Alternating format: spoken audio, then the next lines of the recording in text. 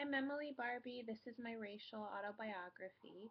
To start with, I'm biracial. My mom is Caucasian and my dad is African American. My mom grew up in a small town in Illinois. She's of Norwegian descent, and my dad grew up in rural Northern California in the 1950s. So my dad growing up experienced a lot of racial discrimination and racism. So from a very young age, race and racism and prejudice, equality and social justice were all things that we talked a lot about in my house. Thankfully, I grew up in Berkeley where racial diversity and different cultures are embraced and respected. I went to a small private school, K through 5, and so there were other biracial kids there. There were Caucasian students there. It was a fairly diverse place, and I never experienced anything terribly negative at all related to my racial background. Like I said, it was a very welcoming place. Berkeley in general is a lot like that.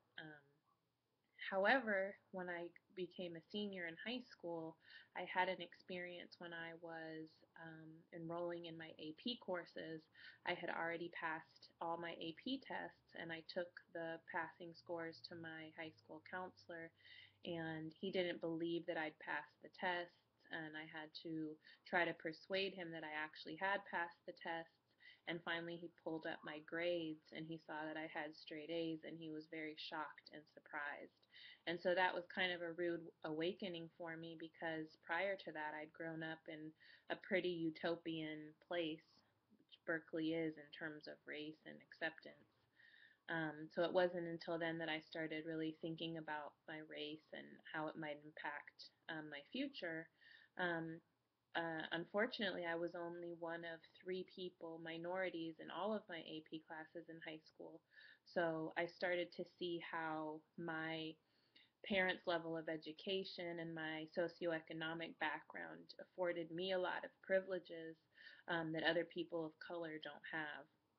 So again, when I went to college, it was a small liberal arts college that really embraced diversity. So it wasn't a place where racial prejudice or racial injustice was very overt or felt.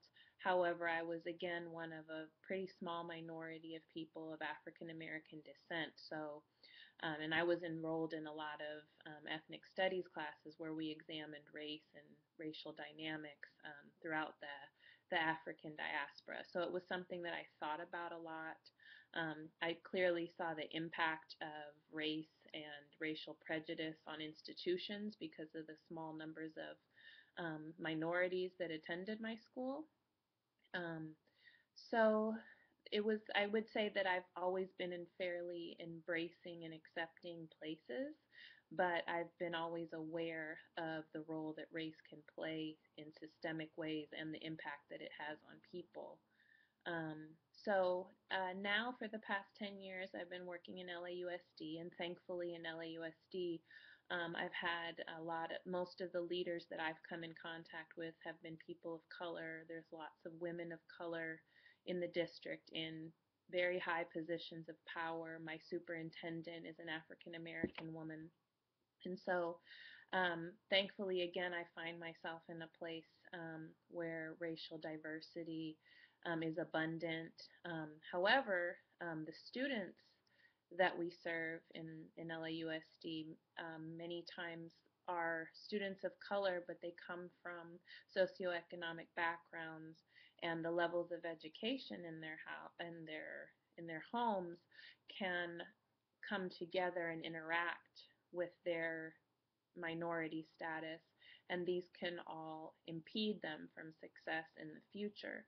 So that's why I'm really passionate about education and serving the students in LAUSD, because although my racial background didn't have a huge impact on my ability to do the things that I want to do in life, many of the students who I serve and who I've worked with in schools really we're here to make sure that they are afforded all the opportunities that I've been afforded, and so I'm very passionate about that. And so that's why I'm in education.